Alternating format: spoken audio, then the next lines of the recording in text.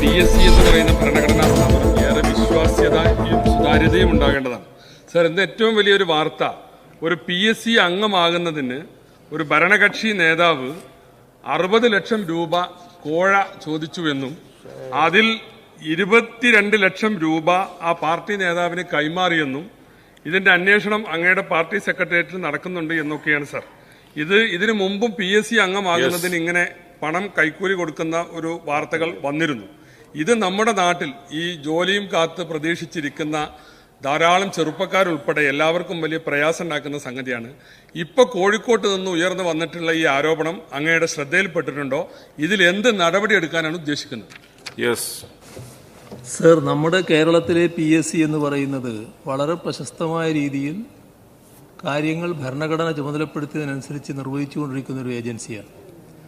ആ സ്ഥാപനത്തെ അല്ലെങ്കിൽ ആ ഭരണഘടനാ സ്ഥാപനത്തെ അപകീർത്തിപ്പെടുത്താനുള്ള ഒട്ടേറെ ശ്രമങ്ങൾ നേരത്തെ തന്നെ നമ്മുടെ സംസ്ഥാനത്തുണ്ടായിട്ടുണ്ട്. നിർഭാഗ്യകരമായൊരു വശമാണത്. അത് സാധാരണഗതിയിൽ ഉണ്ടാകാൻ പാടില്ലാത്ത ഒന്നാണ്. എന്നാൽ അത്തരം കാര്യങ്ങൾ പലപ്പോഴായി ഉയർന്നു വന്നിട്ടുണ്ട്.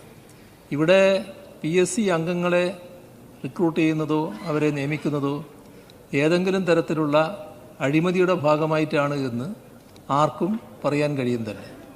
അതുകൊണ്ട് തന്നെ PSC അംഗങ്ങളെ നിയമിക്കുന്നതുമായി ബന്ധപ്പെട്ട് ഒരു തരത്തിലുള്ള വഴിവിട്ട രീതികളും ഉണ്ടാകാറില്ല.